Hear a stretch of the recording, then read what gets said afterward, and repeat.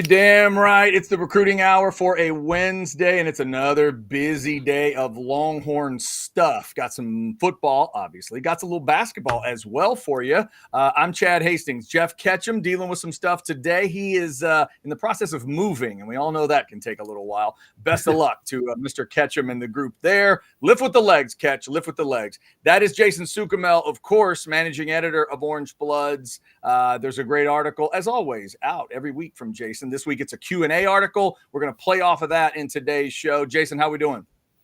I'm good. Doing better than Ketch. That's for sure, man. Nothing I hate more than moving. So yeah. Nothing wrong. Yeah, exactly. We are not jealous of him, but we do hope it all goes well. Peyton jumping in with some hook 'em emojis. Just a big yo from Text Guy. What is up? And Richard asking, what is cooking? Well, as it has been for a while, it seems like it's portal stuff that is always cooking. So anytime I get a chance to play the intro, I'm playing the intro. Let's go. Come on. Fight! Get over here! Finish him!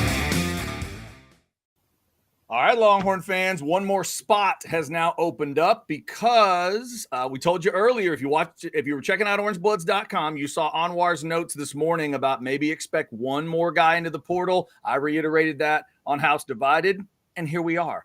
Austin Jordan is into the portal, Jason, and we've talked about this on all different shows, and I know you and I have as well. There's a certain framework that once you see it and start looking at what the guy has been, it kind of makes sense. When you heard the name Austin Jordan, any surprise for you here? Not at all. You know, you hate to speculate. I don't like throwing out names like, oh, this guy should transfer, this guy should transfer, this guy should transfer. But if we were throwing out names, he would have been one of the ones. And that's not being disrespectful to Austin Jordan, but he hadn't carved out a role really other than special teams. They've got really good young defensive backs who probably were going to pass him over. So, you know, probably time for a guy like Austin Jordan to move on to what hopefully for him will be greener pastures and maybe get some more playing time, some more experience, have a bigger role. Terrence Brooks yesterday, that happened yesterday, Chad. That was a little more interesting and surprising, if you will. You know, he's a starter and possibly starting again this coming year if he would have stayed. You know, that's still up for debate if he would have started. But that one didn't quite fit the profile, right, as much as Austin Jordan did. But for Austin Jordan to transfer out, it just makes a lot of sense, and it opens up more opportunities for Texas to bring somebody in potentially. Yeah, we certainly wish that young man all the best. The Denton Ryan product, 2 years and 11 total tackles. Again, it's one of those resumes when you look at it, you're going into a third year, and that is all he's been able to get in terms of the experience. And it doesn't feel like he's a part of that too deep discussion right now. So Austin Jordan into the transfer portal. So if my math is right, Jason, that gets us to 82. I believe, because Terrence Brooks brought it back to 83. And again, that's with Bill Norton in. It was at 84. Terrence Brooks brought it to 83. This gets it to 82. So now, Longhorn fans, now you get to go to the buffet. Now you get to go grab your tray. You got 3. You can get 3 guys. And Jason, maybe one of them was in town yesterday. I talked about it on House Divided. Dominic Williams, the big D tackle out of TCU, it would appear got the Four Seasons Lambeau treatment in his visit to Austin. Yeah, that was kind of going viral, the Lambeau out in front of the Four Seasons Hotel. So I'd like to be a recruit for 24, 48 hours. I'm going to text him here in a second, Chad. He's been very responsive. Okay. To see, because his official visit should be wrapping up today, so he's still on campus or in Austin today, maybe even through the night. So I'll try to find that out while we're on the air here. But yeah, so you know, listen, it kind of sets up pretty well, right? Because then they're looking for one more defensive tackle. They'll probably look for a cornerback. There's a lot of talk about the kid out of Arizona, the young man out of Arizona, and you know what? They still probably could use a punter just for a kind of a security blanket. They've got an incoming freshman in Michael Kern, who's really good, but he's an incoming freshman. He's not even on campus yet. He's a freshman. You don't always know what you're going to get from a true freshman. So to me, hey, get another defensive lineman if you can. Dominic Williams, obviously. Get a cornerback if you can. And then, you know what? Go find you a punter with some experience just to kind of as a stopgap maybe for 1 year. And boom, that puts you back at 85 and makes a lot of sense. There you go. So keep your eyes peeled for all that. And you mentioned an Arizona cornerback. Let me just throw the name Takario Davis at you and get your gut on that. I know you mentioned him in the Q&A. Somebody asked you a question, and I know he was in your answer. You have a gut on this one? I was trying to figure it out today, going through his timeline and everything. You have a gut on Takario Davis? I don't, because he's been weirdly silent.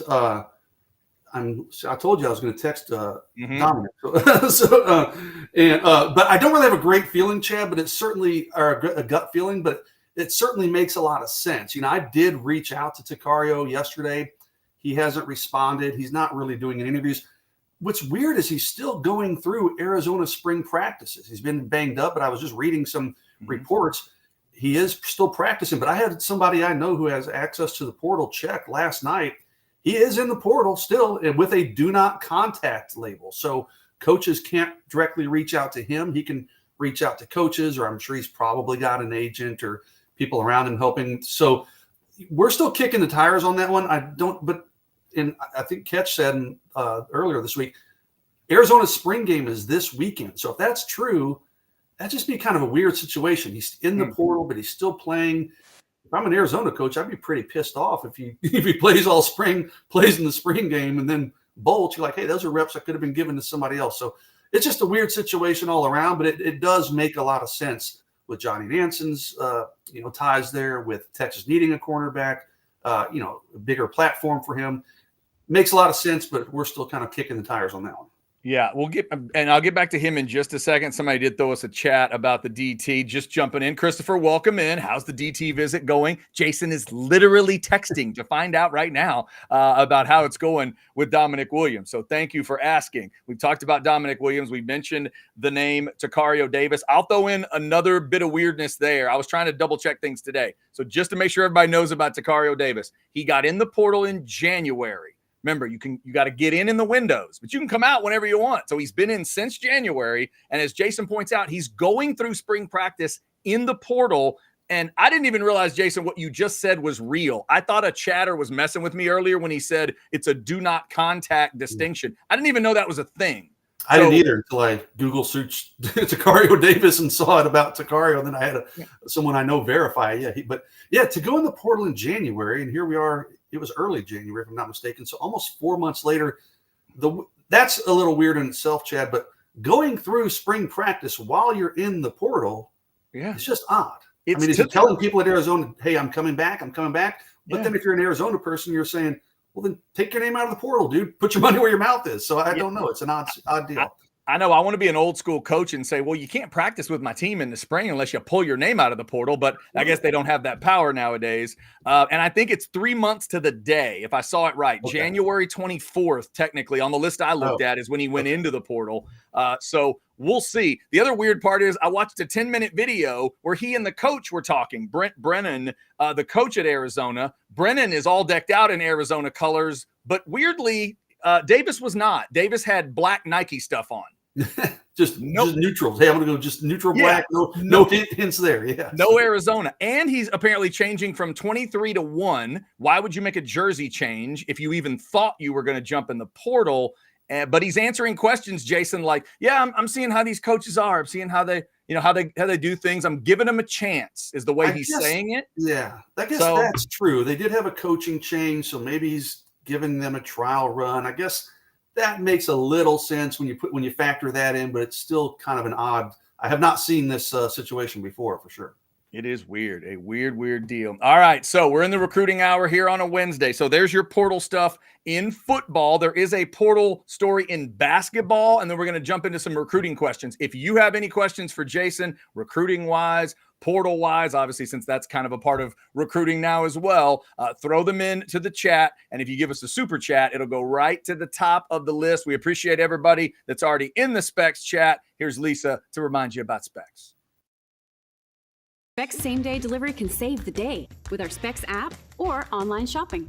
From world-class wines to hard-to-find spirits and craft beers to gourmet foods, delicious snacks, and spectacular sweets. It's Specs. Cheers to savings. All right, so we mentioned a Jordan going one way out of the portal in football. There's a Jordan coming in basketball. So basically it's like Texas is like the Utah Jazz in the 90s, just Jordans everywhere. They don't know how to deal with all of it. Jordan Pope is the basketball version. He is coming from Oregon State. He is transferring to Texas. 18 points, 3 assists per game, a 45% shooter. So Jason, another move from Rodney Terry here, putting together is what you got to do nowadays in college basketball. Put together a team for 1 year because you don't know what you get past that. But Jordan Pope, certainly a good player at Oregon State. Definitely put up numbers. So Texas needs. I wouldn't say Texas needs bodies. They need good players, and Jordan Pope seems to be a good player. I'm not going to sit here and pretend. I watched a lot of Oregon State basketball, but he put up, he filled up the bucket. So good player, good addition for Texas. A lot of teams really wanted him. I miss Chad. I long for the days, the old crotchety man in me coming up. I loved, especially as basketball fans, a basketball fan. I loved growing up the days of Patrick Ewing and Ralph Sampson and watching those dudes compete for 4 years, right? Those and Hakeem Olajuwon. Those are the I forget the guy from Memphis, the big man, but those are the guys I grew up every year I lived to watch those games. And now there's so much turnover. It's hard to keep up, dude. I mean, it takes me half a season of watching Texas basketball before I can kind of figure out who the roster is every year almost. So good addition for Texas. I can't sit here and pretend I know a ton about him. I've got to do a lot of research. Hey, Dominic Williams update for Christopher Lyons. Mm-hmm. His visit wraps up Thursday at noon. I didn't want to bug him too much. Clearly still on his official visit. I said, hey, going well so far, ? His answer, yes, sir, with 2 exclamation points. So sounds like things are off to a good start, and he's got a whole nother, 20 hours of his visit. So, we will be hitting him up tomorrow afternoon and hopefully have a more detailed report in the war room, Christopher Lyons. But sounds like things are going well so far. So how's that for live news during the show? Look at that. 2 exclamation points live, Longhorn fans. What else would you want? By the way, that's 2 exclamation points. You know how many I think he sent about Oklahoma? None. I think it was just a period. Oh, wow. Okay. Yes. Love this young man, dude. Like, first off, he's a really good player, but whenever I text him, he's been super responsive. So shout out to Dominic. He's one of my favorites. He's one of my new favorites, man. He's been fun to cover. Yeah, don't anybody quote me on that. I have no idea what he sent out about Oklahoma.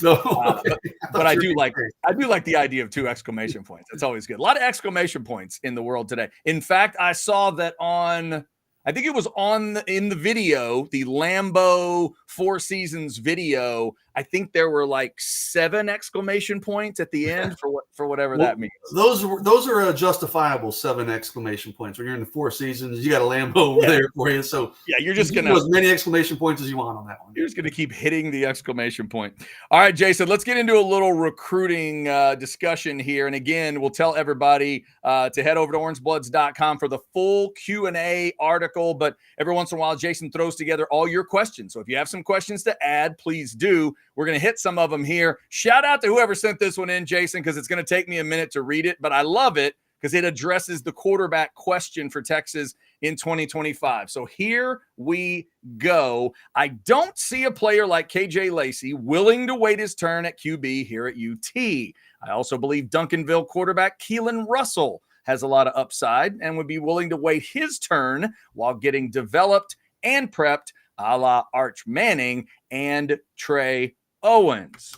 I think we should offer Russell ASAP and let the chips fall where they may. Lacey being from out of state also makes him harder to hold on to, and Russell would continue the Duncanville pipeline. Ooh, I like the Duncanville pipeline idea. What are your thoughts, Jason, on this situation? So talking some Texas quarterback recruiting, Jason, what do you think? Yeah, I don't remember who submitted that question. It's a lengthy question, but it is a good question, and it's a pertinent question because obviously KJ Lacey's committed. He was at the spring game on Saturday. Keelan Russell visited on Sunday. The Duncanville quarterback visited Texas on Sunday. He was competing in the regional track meet on Saturday, so he couldn't come Saturday. He came in Sunday for his visit. He was really hoping, Chad, I talked to him after his visit.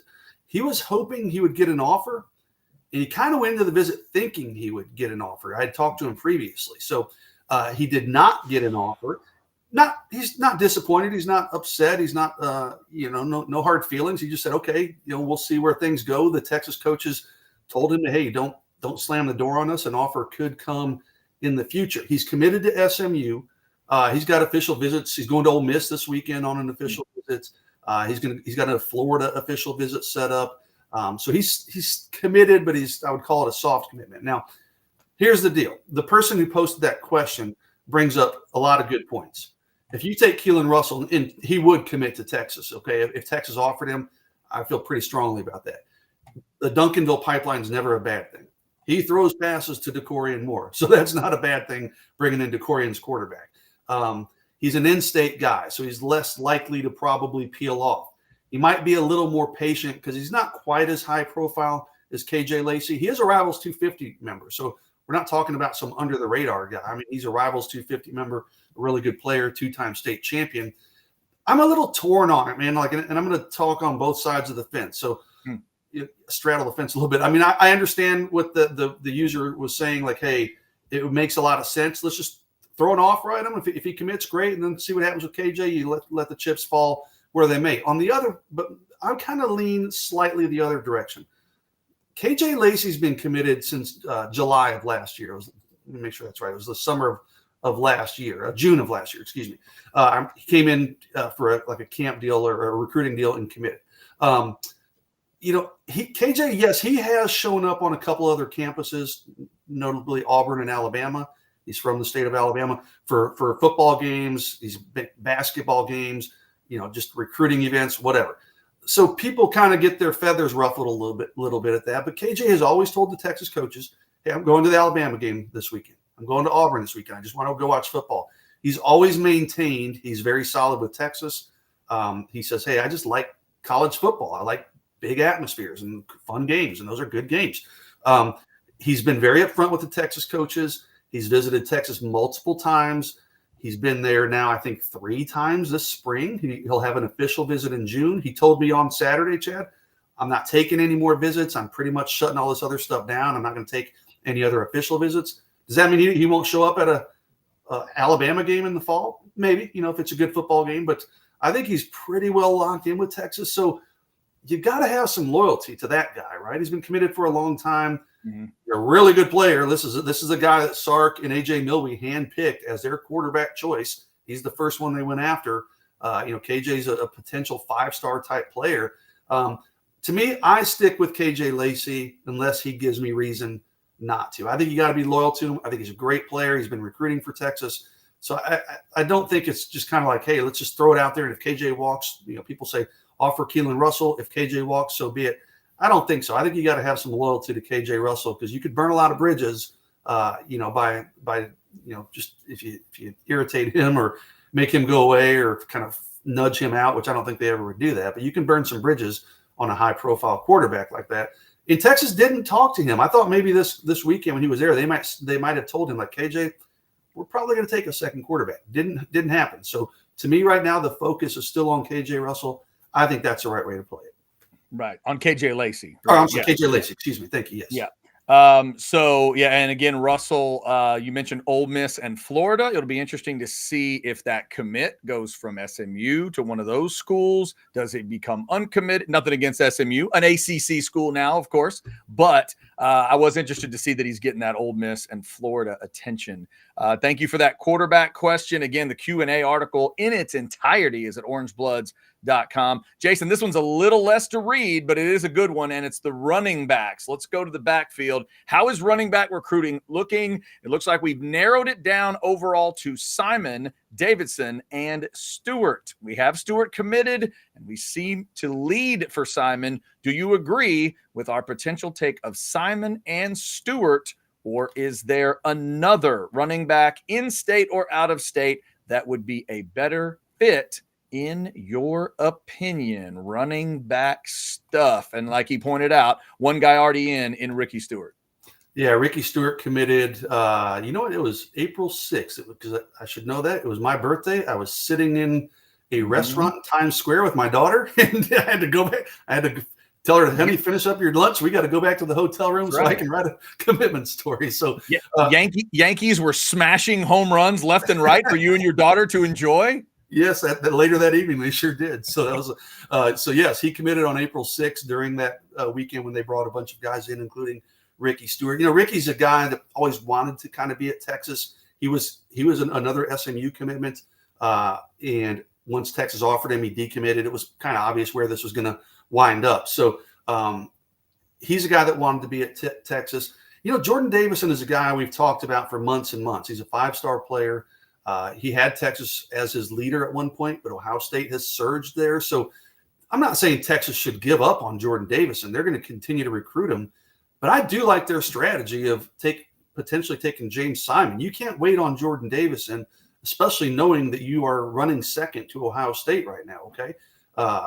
Could Texas close that gap? Yeah, they could. I mean, Jordan Davison visited April 6th, the same weekend Ricky Stewart was there. So they could close that gap. But, Ohio State's going to be tough to beat, in my opinion, in that race. Once they got a lead, they're going to be tough to overtake. They hired the Oregon running backs coach who he had a really good relationship with when he was at Oregon. He goes to Ohio State, so it just kind of worked out well for Ohio State there. So you can't sit around waiting on Jordan Davison and then you miss out on him, then you're trying to scramble. So James Simon, really good player out of Louisiana. Schools like Notre Dame want him, Texas A&M want him. Big schools want him. LSU's offered him. He did visit Texas for the spring game, and he didn't come out and say Texas is the leader, Chad, but that's the way I'm reading it. That's what I'm kind of picking up. He does have an official visit scheduled for Texas for June 21st. That's the only official visit he has scheduled, okay? No others. He told me, he said, hey, man, I might go ahead and try to commit somewhere as early as like next week. He said, let's get through April because I got like a banquet and some spring stuff I need to do. But that first week of May, I may sit down and try to come to a decision. So, hey, you've got a Texas visit already lined up for after that potential decision. Just kind of makes sense, right? So I'm okay with the philosophy. They took, I get it. Everybody wants the 5-star. You always do. Understandable. But you know what? They took 2 really good running backs last year. It's kind of like, maybe to a lesser degree though, Chad, kind of like when you took Arch Manning. You're not going to get Arch Manning and then the next cycle get a high-profile 5-star guy probably. Texas was in the running, in fact, for one. They get Arch Manning. He says, okay, I'm not looking at Texas anymore. So they had to go find a guy like Trey Owens who, listen, I think Trey was underrated. I think he's a great prospect. We all saw it in the spring game. He performed really well. But, you had to find a guy that's maybe a little lesser rated who just really wanted to be at Texas. And that's what Texas is maybe kind of doing in the running back situation this year. They took 2 studs last year. Maybe this year you take guys that you trust your evaluations. They're really good players, but they don't maybe have the star power that Jordan Davison carries with them. So I'm perfectly fine with their running back strategy. I think it'll be a good two-back class if they can get James Simon. And then, maybe next year you go out and you find another high-profile 5-star type like they did in the 2024 cycle. And then remind me, Jason, Davison is the kid from Mater Dei. Is that right? He's from Mater Dei. So that's another thing. If you can get him, hey, man, that helps you recruit Mater Dei. I don't think Texas needs a lot of help at Mater Dei. But yes, Davison's from Mater Dei. And he's still looking at about 4 or 5 schools, but ultimately it's probably going to be Ohio State or Texas. You got Alabama still in there, Oregon's in there, Michigan. He went and visited Michigan, but I've thought for about a year that it was going to be Texas or Ohio State, and I still feel that way. I keep wondering now if do Ohio State and Michigan get to take advantage of the new Big Ten because they are going to have games on the West Coast. I just checked. Ohio State's going to Oregon this year. So it's those kind of games for California kids. You get to tell them, oh, no, we're coming back out to the West Coast. Yeah. Your family's going to get to see you play and all that kind of stuff. Yeah, absolutely. So keep your eye on that running back recruiting in the 25 class. We're talking Q&A. If you want to throw something in, let me double check the chat here, see if anybody's thrown. Let's see if there's any. Yeah, here's an interesting one. Christopher Lyons who threw in the one earlier. So I can't see Lacey sitting 2 years behind Arch. I was going to ask you, Jason, do you think Sark is able to now use Arch Manning to preach patience to not only quarterbacks, but really any position in terms of recruiting? Because Arch, if this all plays out like they've talked about, and like it has been theorized that it's going to play out, it's unique, and it's going to maybe be the first time anybody's ever seen it. Do you think that's something Sark could use in recruiting? Yeah, I think so. Assuming things work out well with Arch, you say, hey, listen, yeah, he waited 2 years, but now he's a number 1 draft pick in the NFL draft or something. So, just be patient, and the same thing will happen to you. Arch is a unique situation. And listen, I mean, we assume obviously he's going to probably back up Quinn this year, and then he'll probably stay for 2 years. But those are all assumptions. Things can change. I mean, I hate to put this out there, but if Quinn gets hurt, maybe Arch plays this year and never looks back. And then KJ's sitting behind him for 1 year. And I will say this, in talking to KJ after the spring game, he wasn't deterred by the fact that Arch Manning and Trey Owens played really well. Like, he was smiling. He goes, dude, those guys were balling. They were playing really well. So he was happy about it and happy for them. So to me, it's more about just selling KJ, hey, and every other quarterback they're recruiting, development. And in fact, Keelan Russell, that's the one thing he said to me. He goes, man, what I love about Texas is, as a quarterback, if you go there, you're going to get developed. Those are good quote coaches. The offensive coordinator is the head coach. I know Kyle Flood in title is the offensive coordinator, but yeah, you're going to get developed. So, Sark has such a history of quarterback development. I don't think it's a big deal if he has to sit behind him for 2 years. If KJ has to sit behind him for 2 years and then play for 1 or play for 2, I think KJ's smart enough and mature enough that he would be willing to do that. Yeah, maybe a couple of those guys in a row. Just start stockpiling guys with that kind of patience. Might be interesting. All right, Jason, let's get to another Q&A, and we'll stay with those skill positions. It's a big position for Texas now and moving forward. What is the order of wide receiver takes? Let's say we take 4. Which ones? Moore, French, Lockett, Johnson, Harris, Marsh. To whoever that is, thank you for the question. French does have 2 Fs. I'm just saying. Just saying. For French, yeah, that's right. I answered that. I'm looking at my answer. I kind of put them in tiers, okay? And I said, I don't know exactly what he meant by the order of our takes. Like, what chronologically, how are they going to go down, or how? So, but I'm assuming he meant like how would I rank them? So yeah, I said, hey, DeCorian Moore is on a level of his own. Okay, I mean, he's the best receiver in the country. He might be the best player in the country when it's all said and done. So I've got him on his own level.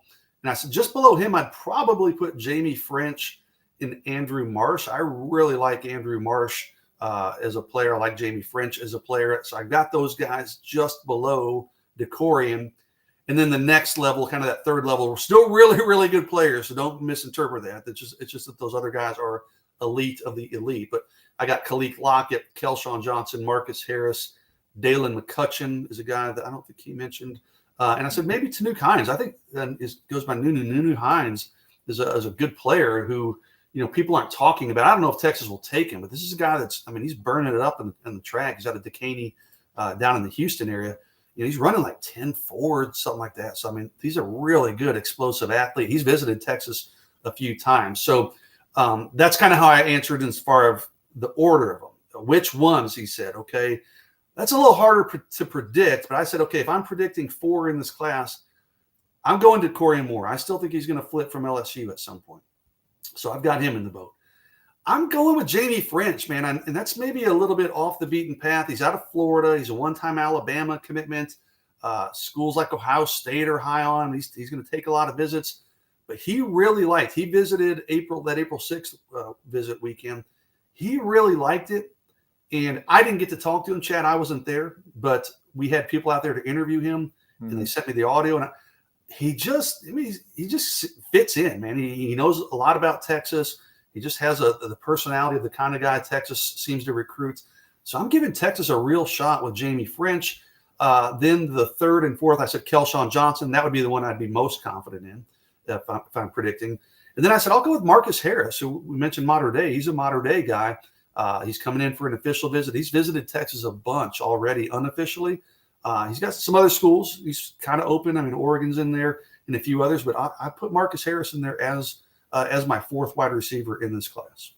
Interesting stuff. Q&A over on orangebloods.com. Full article there to check out. We'll finish off here with a couple of the fun ones that came in, just kind of the off the particular positions. Then you can go check out the whole These are article. always my favorite ones, by the way, when people just ask me random stuff or like, who's your favorite recruit to ever cover or whatever. You know, I love those. I love the random stuff too. You know me. I'm going to go with the random stuff. And then we're going to check that chat one more time. So if you want to throw us a super chat real quick before we're done, we will do that. Jason, let's go here. How often do you get hit up by a high school kid or his circle asking how they can get noticed? Interesting. All the time. The answer to that is all the time. And sometimes it's people on Orange Bloods. I mean, who like, hey, their kid's a player. Like, how do I get, he's a high school player, pretty good player. How do I get him noticed? I hear it from high school coaches. I hear it from parents a lot. I mean, I get, but now the new thing is I get my DMs on Twitter are open. So even if you're not following me, you can send me a direct message. Chad, I get DMs. You wouldn't believe how many. Sadly, I can't keep up with them all. I try to skim them. They go to a separate folder because I'm not following these people who email me. And but it's all the time. I get so many links to huddle films and like, hey, how do I get noticed? And you know what I need? I probably should do is just have a copycat or a cookie cutter answer that I can just copy and paste to all of them. But the best way to do it is just to go to camps. I always tell people, go to as many camps as you can. And that means rivals camps.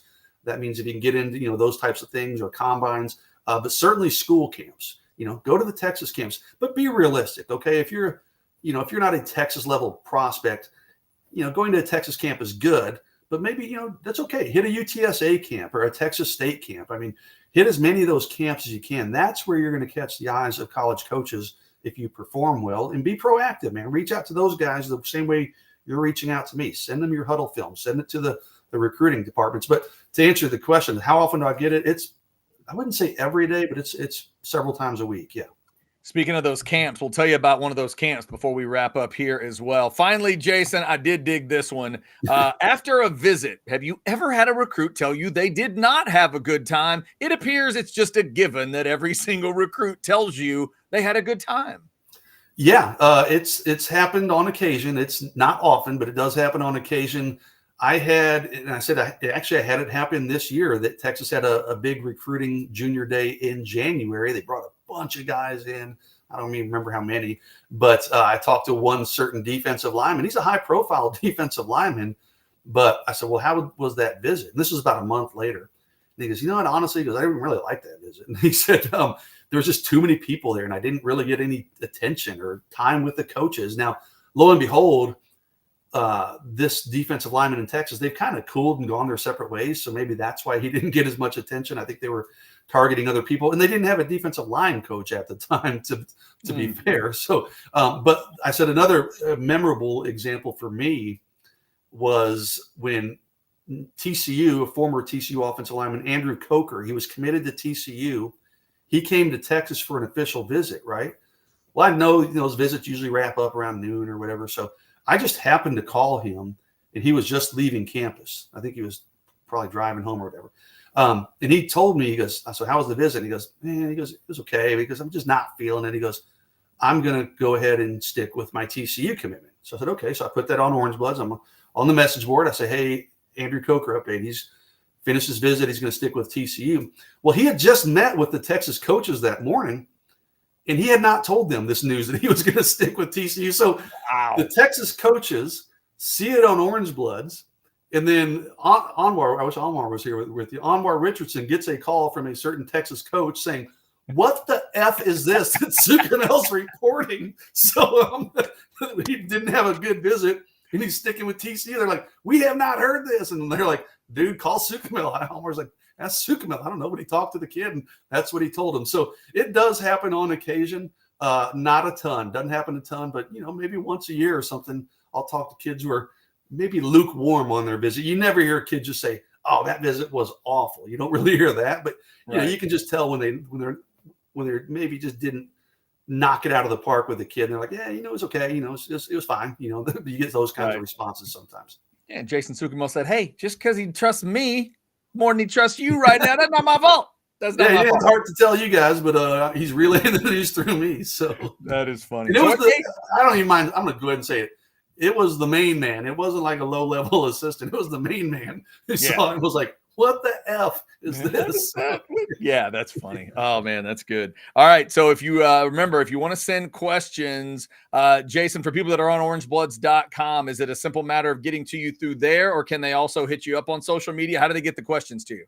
Any and all. Most of them come through Orange Bloods. They're subscribers, but I would say, hey, you can also email them to me, jason@orangebloods.com. Pretty simple. You can send them in that way, and I'll always address them that way as well.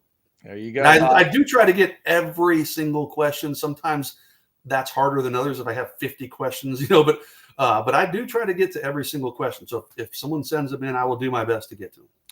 By the way, we do have a super chat in. I appreciate that Hookem Troy put $1.99 in the pot for this. I don't give a piss about nothing but the horns. All right. There you go. Worth the $2. Hey, someone mentioned Micah Hudson as not having a great visit. That's true. And I'll tell you another one, Reuben Owens. He came in one weekend when Arch was in town too. And Arch, understandably, Arch got the red carpet VIP treatment. And Reuben was a Texas commitment at that time. Well, Reuben felt he didn't quite get the love Arch Manning did. So he and his people around him were kind of pissed. They didn't love the visit. I'm like, it's Arch freaking Manning here on a visit. I mean, what did you expect? But right. Yeah. So it does happen occasionally. Like I said, maybe once or twice a year. While I hear that, the visit didn't go perfectly. That is funny. Real quick chat here. Text guy 2 says Brockermeyer leaves Bama and Aggie center to portal. I'll hit the second part of it. Text guy, as of this morning when I looked, there may be a difference between Bryce Foster not being on the roster and being in the portal. He's not on the football roster. He was still listed on the track and field roster as of today because I think he throws discus for the Aggies. Keep an eye on that. If you're telling me he's in the portal, that's brand new information. That would be today he got in the portal. Jason, in terms of the Brockermeyer, which of the Brockermeyers is that? This is James, the center. Tommy already transferred to TCU, had to give up football recently just because of injuries. So this is James Brockermeyer. He's the center. He did hit the portal. I saw it about an hour and a half ago. So yeah. Gotcha. Okay. And text guy is saying he read it is to the portal. That'd be a big update, text guy. We appreciate that. Bryce, if Bryce is headed to Bryce Foster is headed to the portal indeed, and not just going to focus on track and field. That story I'm sure will develop over the next day or so. Before we wrap up, Jason, there is a big camp coming up, and it is the Rivals camp. Is that true? Yeah, that's absolutely true. Two things I want to touch on, and I didn't even mention this to you, Chad. I forgot. I just saw this on Twitter today. There's a tight end out of St. George, Utah. Okay, so he's out of Utah. He's a 2026. His name is Brock Harris. He's number 35 in the country on the Rivals ranking. So we're talking an elite tight end in the 2026 class. So he's got a ways to go. He's going to visit Texas. I believe it's this Friday. He tweeted out that he'll be at Texas. So touched on that. But yes, Sunday is the Rivals camp up in the Dallas area. They actually have how this works. Rivals they have a combine where anybody can come out there on Saturday, right? But then Sunday is the invite only camp. And they'll usually take a few guys from the combine, like, hey, these 3, 4, 5 guys were really good. Let's bring them out on Sunday to the invite-only camp. So it's usually a pretty good event. This is an invite-only camp up in Dallas. The nation's #1 player in the 2026 class, Jakeem Stewart out of Louisiana. He's a defensive end. He's we got him at 6'6", 266. Whew. He's the '1 defensive end in the #1 player in the country, excuse me. He's visited Texas before. He just visited Ohio State. He just visited USC. USC's really made a move there, so keep an eye on USC. But somebody's going to have to back up the Brinks truck for Jakeem Stewart. Dudes of his pedigree at a premier position are going to command incredible NIL deals. So if Texas wants to get him, they better be ready to play NIL, play ball with the Ohio States and USCs and LSUs and everybody else in the world. Everybody wants him. But it should be a good event. And then Rivals just announced this week, Chad, that they're going back to having a 5-star event, and it's at Jacksonville, Florida. It's going to be late June. I will be there. This is where they invite like the top 100 players in the entire country. They fly them out there. They put them through some, a camp setting out there. It's at the Jacksonville Jaguars brand new practice facility. I'm so pumped about that, man. I get to go see the city of Jacksonville. I get to see the Jaguars facilities. I get to cover all these elite recruits that will be flying in and put up out there. So a lot of big things coming, man, with rivals events, and obviously just Chad, I'm going to say it. We haven't said it yet on this video. Recruiting never stops. That's right. We haven't said it yet on this one. So I'll be up in Dallas this weekend. Should have a lot to talk about coming out of that Sunday camp. And that's it. Football never dies. Recruiting never dies. It just always keeps going. And Colby threw in a question about real quick, any Longhorns actually going to the draft. I have not heard anything specifically. I would guess Byron Murphy, considering where he's projected, and maybe one or two of those, maybe the two receivers. But Colby, I do not know for sure. I heard, let's see. I read that and I cannot remember what the answer was. For some reason, I want to say none of them are going, but yeah, I'm sorry. I know, don't quote me on that, Colby. I'm sorry. I know for sure Jonathan Brooks and Jatavian Sanders aren't. They were interviewed at the spring game. Both said they'll be at home. Okay. They'll be at home with their people. I've not heard specifically about Murphy or the two receivers, but that would be it, obviously. Yeah. And I guess because second and third round, that's going to get a little dicey. If it's not Jonathan Brooks, then, and we know he's not, then you may be looking, and with Tavondre Sweat maybe sliding out of the third round discussion, does he really want to show up in Detroit if he's going to slide? So that's kind of another way to maybe look at it. All right, that's going to wrap us up on this recruiting hour. Remember, check out orangebloods.com. Jason's Q&A article is up. All the questions we hit and his detailed answers, plus even more questions from you guys, the fans. Jason does that every couple weeks on orangebloods.com. Remember, tomorrow is a Thursday, so that will be a war room night at orangebloods.com, and you definitely don't want to miss that. Thank you for liking and subscribing and getting your notifications. Let me notify you of this. Tonight on The Outsiders at 8:30, Chance Mock has some comments on the spring game. Arch Manning did what he did. Ryan Wingo did what he did. How excited is Chance for those two things, and how much would he tell you to pump the brakes on either of those two things? Who would know better if a freshman receiver is pretty good than Chance Mock? He did get to see Williams and Thomas and Johnson pretty close up. So, in fact, we've had Roy, Sloan, and BJ all on the show on The Outsiders. So Chance will get into a thought of, does Wingo remind him of any of those guys? Or maybe it's time to calm down, and we'll get him to talk about Arch Manning as well. He warned you last week. They script things at the spring game. He warned you. So tonight he's going to tell you just how much to pay attention. All right, everybody have a great rest of your Wednesday. Jason, I appreciate it. Catch, lift with the legs. Best to you as you are getting that move done. The next recruiting hour is next Monday at 4 o'clock. Until then, it's the recruiting hour, and this is Orange Blood.